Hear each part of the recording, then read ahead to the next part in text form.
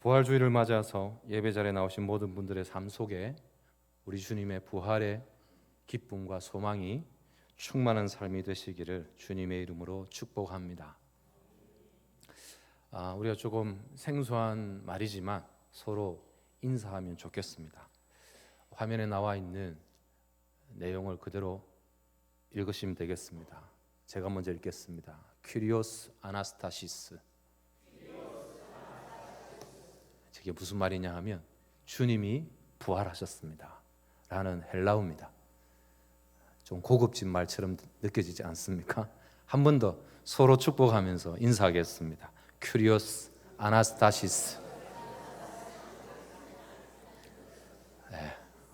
잘 모르니까 쓰만 하시면 됩니다. 이 인사말은 이제 초대교회 성도들이 마라나타, 주님 어서 오시옵소서, 그 인사말과 함께 많이 사용한 인사말입니다. 그만큼 주님의 부활이 성도들에게 있어서 굉장한 사실, 소식, 힘이 되기 때문입니다.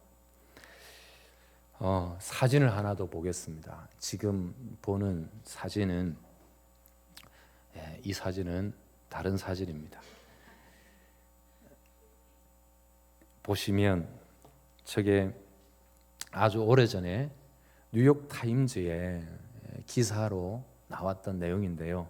저게 무슨 내용이냐 하면 약 2000년 된 종려나무 씨앗이 싹을 틔웠다는 사실을 보도하면서 저 사진을 게재한 거예요. 이 종려나무 씨앗을 방사선 탄소 연대 측정을 한 결과, 그 결과에 의하면 1990년 전 씨앗이라는 거예요. 성경학자들의 주장은 마사다 항쟁 때 유대인들이 살아남기 위해서 식량 창고에 저장을 했던 그런 씨앗이라 그렇게 말씀하고 있는 거예요. 여러분, 약 2000년 된 씨앗에서 새싹이 돋아난다는 그 이유가 무엇이겠습니까, 여러분? 어떻게 저렇게 오래된 씨앗에서 싹을 틔울 수 있을까요? 그 이유가 뭡니까? 그 씨앗이 생명을 가지고 있기 때문이죠. 아무리 오래 시간이 흘렀다 하더라도 그 안에 생명이 있으면 반드시 다시 살아나게 되어 있다는 겁니다. 우리 주님께서 사망 권세를 깨뜨리시고 부활하실 수 있었던 것은 조금 전에 찬양의 가사에도 나오지만 영존하시는 분, 주님이 말씀하시기를 나는 부활이요 생명이니 그렇게 말씀하셨지 않습니까? 주님은 생명이십니다. 그래서 주님을 사망이, 무덤이 가둬둘 수 없었던 것입니다. 그래서 주님은 부활하신 것이지요. 주님은 십자가를 지시기 전에도 부활하실 것을 분명히 말씀하셨어요. 이제 예루살렘 입성을 앞두고 제자들에게 부활하실 것에 대한 내용을 말씀하신 내용인데요. 누가복음 18장 말씀입니다. 우리 함께 봉독하겠습니다. 시작. 인자가 이방인들에게 넘겨져 희롱을 당하고 능욕을 당하고 침뱉음을 당하겠으며 그들은 채찍질하고 그를 죽일 것이나 그는 3일 만에 살아나리라 하시되. 아멘. 주님은 당신이 친히 말씀하신 것처럼 십자가에서 죽으신 후 3일 만에 살아나셨습니다. 그런데 제자들은 주님이 이 하신 말씀을 이해하지도 못했고 믿지도 않았습니다. 그러다 보니까 주님께서 군병들에게 잡히시는 그 순간 주님을 버리고 도망을 쳤죠. 그리고 십자가에 못 박혀 돌아가시게 되자 제자들은 실망하여서 뿔뿔이 흩어지게 되었습니다. 그러나 주님은 당신이 말씀하신 대로 부활하셨습니다. 오늘 본문은 예수님께서 십자가에 죽으신 지 3일째 되는 날, 오늘 본문에 의하면 안식 후 첫날이라고 말씀하고 있습니다. 그때 두 여인이 예수님의 무덤을 찾아가는 이야기로 시작이 됩니다. 이 여인들은 예수님께서 십자가에서 죽으시는 그때에 너무나 두렵고 놀라서 예수님의 시신에 향품을 발라드릴 생각을 못했던 거예요. 근데 시간이 지나고 나서 보니까 예수님의 시신에 향품을 발라드렸어야 하는데 라는 생각이 들어서 안식일이 지나기만을 기다렸다가 안식 후 첫날 새벽에 예수님의 무덤을 찾아갑니다. 예수님의 무덤을 찾아가면서 여인들의 걱정이 있었습니다. 그 무덤을 막고 있는 무거운 돌을 어떻게 옮길까? 그 생각을 갖고 무덤을 찾았습니다. 그런데 깜짝 놀랄 만한 광경이 자신들의 눈앞에 벌어진 거예요.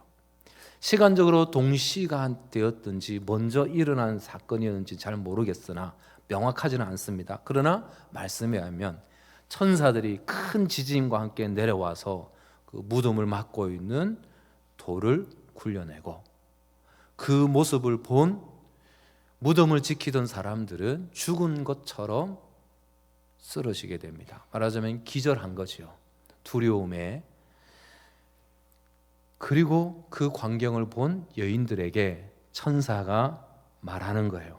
뭐라고 말을 합니까? 오늘 5절 중반 이후의 말씀입니다. 함께 읽겠습니다. 시작. 무서워하지 말라. 십자가에 못 박히신 예수를 너희가 찾는 줄을 내가 아노라. 그가 여기 계시지 않고 그가 말씀하시던 대로 살아나셨느니라. 아멘. 여러분, 예수님이 부활하셨다는 놀라운 소식을 천사들이 여인들에게 전해준 것입니다. 여러분, 예수님이 부활하셨다는 사건은 단순히 역사 속의 한 인물이 살아났다, 그 수준에서 끝나는 것이 아닙니다. 인류 역사의 패러다임을 바꾸는 사건이죠. 패러다임이라 할 때 세상을 이해하고 문제를 해결하는 기본 틀, 그걸 패러다임이라 하죠. 사람들이 지금까지 생각하고 있었던 세상을 이해하고 이 세상의 문제들을 풀어가는 기본적인 개념이 있는데 이 기본적인 개념이 완전히 새로워지는 사건이 되었다는 거예요. 어떤 의미에서? 적어도 세 가지 의미에서 그렇다는 것입니다. 첫 번째는 예수님의 부활은 죽음이 끝이 아니라는 것을 보여준 사건이에요. 지금까지 사람들은 죽으면 끝이다 라고 생각했는데 예수님은 죽었는데 끝이 아니었던 거예요. 부활하심으로 죽음이 끝이 아니구나 라는 생각을 사람들이 갖기 시작한 거예요. 두 번째는 죄의 열매, 죄의 결과는 사망이라고 성경에 나오지 않습니까? 그런 것처럼 사람들은 죄로 인하여 죽는 것으로 끝나는 것이라 생각했는데 또 그것도 아니에요. 예수님이 다시 사셨으니까 예수님이 십자가에서 죽으시고 부활하심으로 이 죄의 결과로 죽음에 이르렀는데 이 죄의 문제를 해결하는, 죄의 문제를 넘어서는 사건이 예수님의 부활 사건이었어요. 사람들의 생각이 완전히 바뀌게 된 거죠. 그리고 마지막으로 부활 사건을 기점으로 예수님이 십자가에서 죽으실 때 제자들은 다 도망쳤어요. 뿔뿔이 흩어졌어요. 근데 예수님이 부활하셨다는 소식을 듣고 부활한 주님을 만나고 성령의 임재를 경험하면서 제자들이 다시 모이게 되었고 흔히 말해서 교회가 탄생하고 기독교 역사가 시작이 된 거예요. 그러니까 예수님의 부활 사건은 단순히 한 인물이 다시 살아났다라는 정도가 아니라 인류 역사의 패러다임을 바꿔놓는 우주적인 사건이 되어버린 것입니다. 그러므로 여러분, 예수님의 부활은 죽음을 이기고 새로운 생명의 시대를 열었다는 점에서 이전과 전혀 다른 새로운 인류 역사의 패러다임을 가져다 준 것이라는 우주적 사건이라는 것을 기억해야 합니다. 여러분, 우리 기독교 신앙에는 두 가지 핵심적인 내용이 있습니다. 말하자면 기독교 신앙을 집이라고 할 때 이 기독교 신앙의 집을 떠받치는 두 가지 기둥이 있습니다. 따라서 하실까요? 십자가와 부활. 예, 십자가와 부활은 기독교 신앙이라고 하는 집을 바치고 있는 두 개의 기둥과 같습니다. 만약 우리 기독교 신앙에 있어서 이 십자가와 부활을 빼버리면 껍데기만 있는 거예요.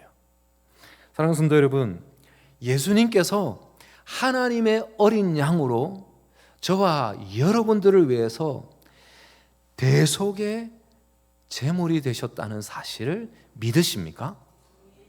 그러면 예수님께서 우리를 대신해서 십자가에 죽으심으로, 예수님의 십자가 죽으심으로 인하여서 우리의 모든 죄가 그 예수님을 믿는 모든 자들에게 사함을 받았다는 사실 또한 믿으십니까? 예수님의 십자가로 우리의 모든 죄가 용서함을 받았다는 것을 믿는다면 당연히 예수님의 부활도 믿어야 합니다. 여러분, 예수님의 부활을 믿을 때 우리도 영원한 생명을 누릴 수 있는 겁니다. 예수님의 부활이 곧 우리도 부활한다는 사실을 확증하고 입증해 주는 사건이니까.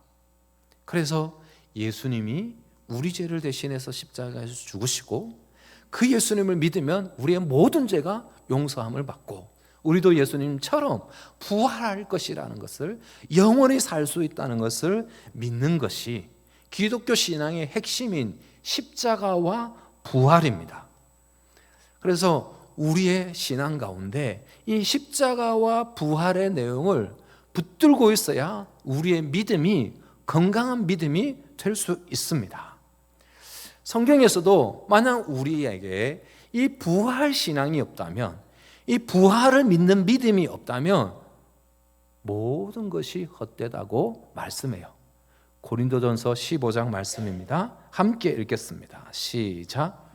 그리스도께서 다시 살아나신 일이 없으면 너희의 믿음도 헛되고 너희가 여전히 죄 가운데 있을 것이요 또한 그리스도 안에서 잠자는 자도 망하였으리니 만일 그리스도 안에서 우리가 바라는 것이 다만 이 세상의 삶뿐이면 모든 사람 가운데 우리가 더욱 불쌍한 자이리라. 아멘. 조금 전의 말씀은 한마디로 이런 것입니다.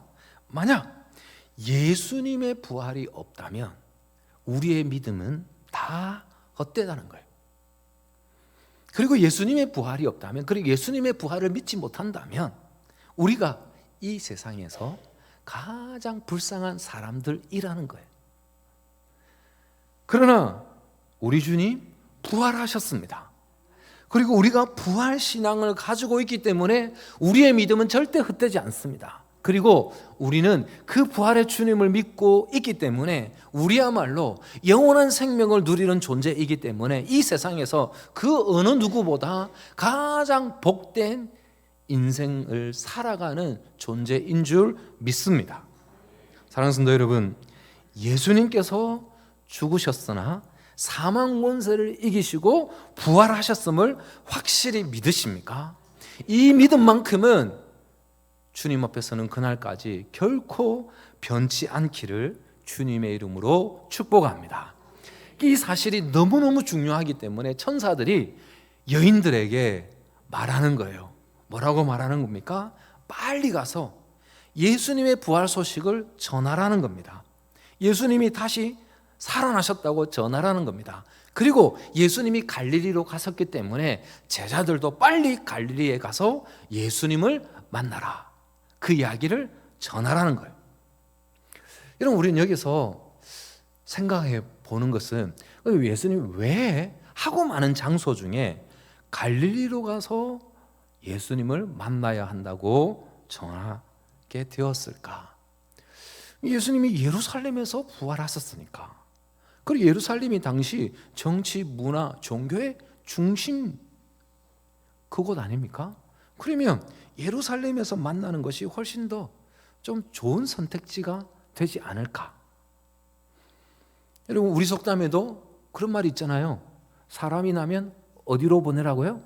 서울로 보내라고. 그러니까 당시에 권력의 중심부인 로마에서 차라리 만나자고 하든지, 아니면 문화예술의 중심지인 아테네쯤에서 만나자고 하든지.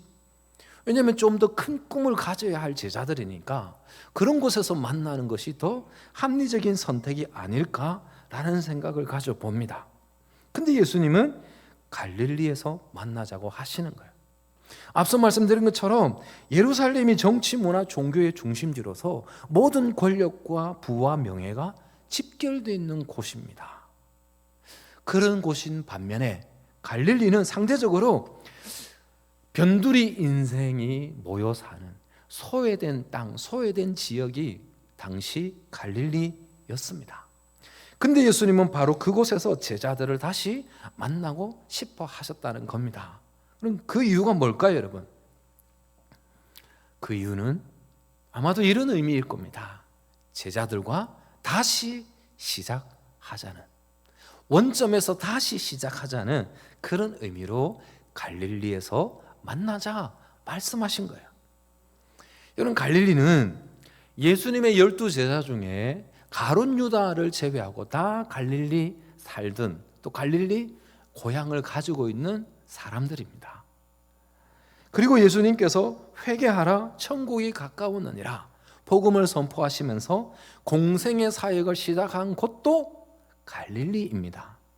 뿐만 아니라 예수님이 3년의 공생의 사역을 하시는 동안, 물론 그 기간 중에 예루살렘을 방문한 몇 번의 때가 있습니다. 그리고 그 예루살렘을 방문했지만 오래 머물지 않고 일시적으로 머물다가 대부분의 사역의 주 무대가 갈릴리였습니다. 그리고 제자들이 예수님을 처음 만난 곳 갈릴리였습니다. 제자들이 제자로 부름을 받은 곳 역시 갈릴리였습니다. 때문에 갈릴리에서 만나자 하시는 것은 다시 시작하자는 겁니다. 왜? 지금 제자들의 상황이 어떻습니까? 예수님께서 십자가에서 죽으시자 모든 것이 끝났다. 지난 3년 동안 예수님을 따라다닌 그 시간은 다 헛수고였다. 실패와 좌절과 절망 가운데 있습니다.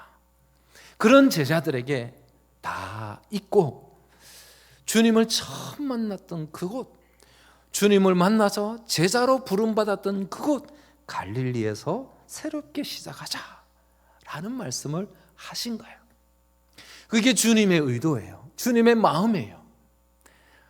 제자들의 실수 묻지 않고 덮어두고 다시 시작하자 그랬는데, 제자들은 그 주님의 의도와 마음을 전혀 이해하지 못하고 디베라 바닷가 갈릴리로 다시 가긴 갔어요. 근데 주님의 말씀을 기억하고 주님을 만나고자 하는 기대 때문에 간 것이 아니고 이제 실패했다. 제자의 삶은 이제 끝이다 해서 이전에 하던 어부의 삶으로 회귀한 거예요. 그래서 디베라 바닷가에 가서 열심히 고기를 밤새도록 잡습니다. 잡으려고 했지만 단 한 마리의 고기도 잡지 못합니다. 그때 예수님께서 그곳에 오십니다. 예수님이 십자가에 달려 돌아가시자 제자들은 이제 제자의 삶은 끝이다, 우리의 삶은 실패였다 라고 생각하고 다시 예전의 어부의 삶으로 돌아갔지만 여전히 밤새 수고했지만 고기를 한 마리도 잡지 못하는 또 한 번 실패의 승잔을 경험하고 있는 그 시각, 그 현장에 주님이 오신 거예요. 오셔서 그들을 향하여서 너희들은 왜 이렇게 어리석은 결정을 하느냐 책망하시지 않으시고 오히려 따뜻한 그리고 부드러운 음성으로 제자들에게 물으십니다. 얘들아, 너희에게 고기가 있느냐? 고기가 없죠. 주님이 말씀하십니다. 배 오른편에 그물을 내려라. 그 말씀에 순종해서 그물을 내리고 끌어올리니까 그물을 올릴 수 없을 만큼 무겁게 고기가 잡히는 기적을 체험합니다. 그리고 나서 육지에 올라와 보니, 와서 보니 주님이 식탁을 준비하고 계십니다. 숯불에 떡과 생선을 구워 놓고 기다리고 계십니다. 밤새도록 고기잡이를 하느라 지쳐있는 제자들을 위해서 하시는 말씀이 와서 조반을 먹으라 말씀합니다. 말씀의 의미는 먹고 힘을 내라는 거예요. 너희들 힘으로 다시 어부의 삶을 돌아가면 어부로서 살았던 그 삶이 회복될 줄 알았지? 과연 그렇더냐? 아니지. 너희들의 힘으로 살아갈 수 있을 것이라 생각했는데 손에 잡힌 고기가 한 마리도 없지? 지쳐있지? 또 실패를 경험하면서 좌절하고 있지? 우선 힘을 내라. 조반을 먹으라. 그렇게 말씀을 하시는 거예요. 예수님께서 그렇게 식탁을 준비해 두고 계심에도 불구하고 제자들 중에 어느 누구도 예수님께 말을 하지 못하는 거예요. 왜 말을 하지 못합니까? 자신들이 얼마나 부끄러운 사람들인지 잘 알고 있기 때문이죠. 예수님께서 책망하지 않으셔도 자신들의 잘못을 너무나 잘 알고 있는 시점입니다. 그때 주님께서 아무도 말하지 못하니까 베드로에게 물으십니다. 요한의 아들 시몬아, 네가 이 사람들보다 나를 더 사랑하느냐? 3번 질문을 하십니다. 이 질문 앞에 베드로도 3번 대답을 합니다. 예, 주님, 그렇습니다. 제가 주님을 사랑하는 줄 주님이 아십니다. 그러자 예수님이 또 3번 대답하십니다. 그러면 됐다. 내 양을 먹이라. 내 양을 치라. 내 양을 먹이라. 여러분, 지금 베드로에게 그 사역을 다시 위임해 줄 만한 베드로의 상황입니까? 베드로의 상태가 지금 다시 위대한 사역을 맡아서 할 만한 그런 모습입니까? 전혀 그렇지 않죠. 얼마 전에 어떤 일이 있어도 주님을 배신하지 않겠다고 호언장담했습니다. 그런데 얼마 지나지 않아서 계집종 앞에서 주님을 부인하고 도망갔던, 말과 행동이 전혀 일치하지 않았던 제자입니다. 더군다나 부활하신 주님을 만났습니다. 부활하신 주님을 만났음에도 불구하고 다시금 옛 삶의 모습으로 돌아갔던, 어떻게 보면 참 보잘것없고 형편없는 그런 제자입니다. 그럼에도 부활하신 주님께서는 베드로를 비롯하여서 제자들을 책망하지 않으십니다. 오히려 그 베드로에게 다시 사역을 맡기십니다. 뭘 말하는 것입니까? 여러분, 주님은 제자들이 얼마나 연약한 존재인지, 그리고 오늘 주님을 따라 살아가기로 부름을 받은 오늘의 제자들 역시 얼마나 연약한 존재인지 우리 주님은 잘 알고 계십니다. 우리 주님 앞에서 우리들도 큰 소리 칠 때가 있지 않습니까? 베드로처럼 호언장담하다가도 우리 삶의 앞에 놓여 있는 그 작은 문제, 또 작은 장애물 하나에도 어찌할 바를 몰라서 안절부절 못하면서 낙심한 채 방황하는 것이 우리의 모습일 때가 많습니다. 때로는 믿음이 참 좋은 사람 같다가도 어느 한순간에 믿음을 다 잃어버리고 모양만 그리스도인으로 살아가는 것이 우리의 모습이기도 합니다. 그러나 주님은 그런 우리를 책망하지 않으십니다. 오히려 우리들에게 갈릴리에서 만나자고 말씀하십니다. 다시 처음부터 시작하자고, 갈릴리에서 만나자고 말씀하시는 분이십니다. 왜 주님이 갈릴리에서 만나자고 말씀하시는 것입니까? 부활의 주님을 만나면, 부활의 주님을 만난 사람들은 실패자의 자리에서 승리자가 될 수 있기 때문에 주님은 그 갈릴리에서 나를 만나야 된다고 말씀하고 있는 것입니다. 그래서 부활의 주님은 오늘도 저와 여러분들에게 처음 주님을 인격적으로 만나서 신앙생활을 시작했던 그때 그 시간, 그곳에서 만나자고 말씀을 하십니다. 우리의 가슴이 뜨거웠던 바로 그 자리로 돌아가서 새롭게 시작해 보자고 말씀하십니다.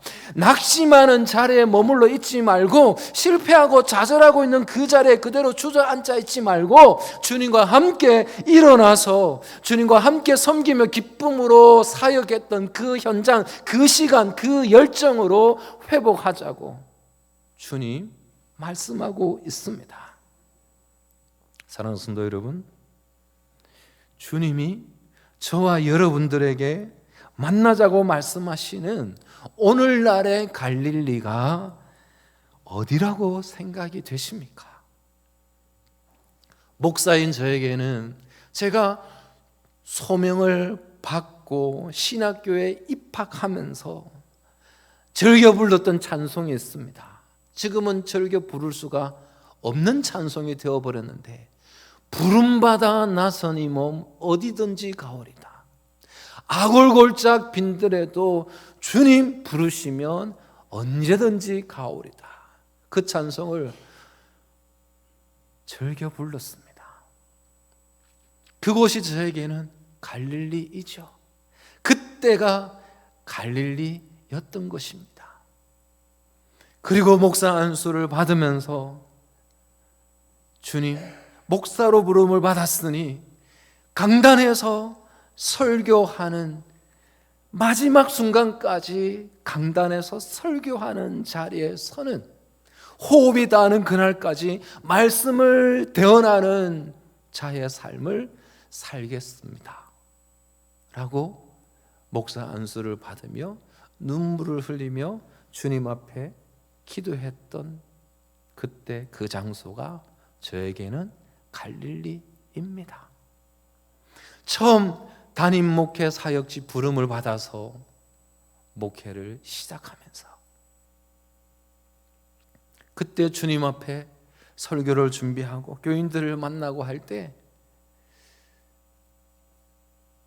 주님께서 저에게 목자의 마음으로, 목자의 심정으로 잃어버린 한 마리의 양이 있다면 99마리를 포기하기서라도, 어떻게 보면 미련해 보이고 어리석어 보이지만 그 한 마리의 잃어버린 양을 찾아 떠나는 길을 주저하지 않는 목자의 삶을 살아가겠노라고 기도하며 다짐했던 그 마음, 그때가 저에게 갈릴리입니다.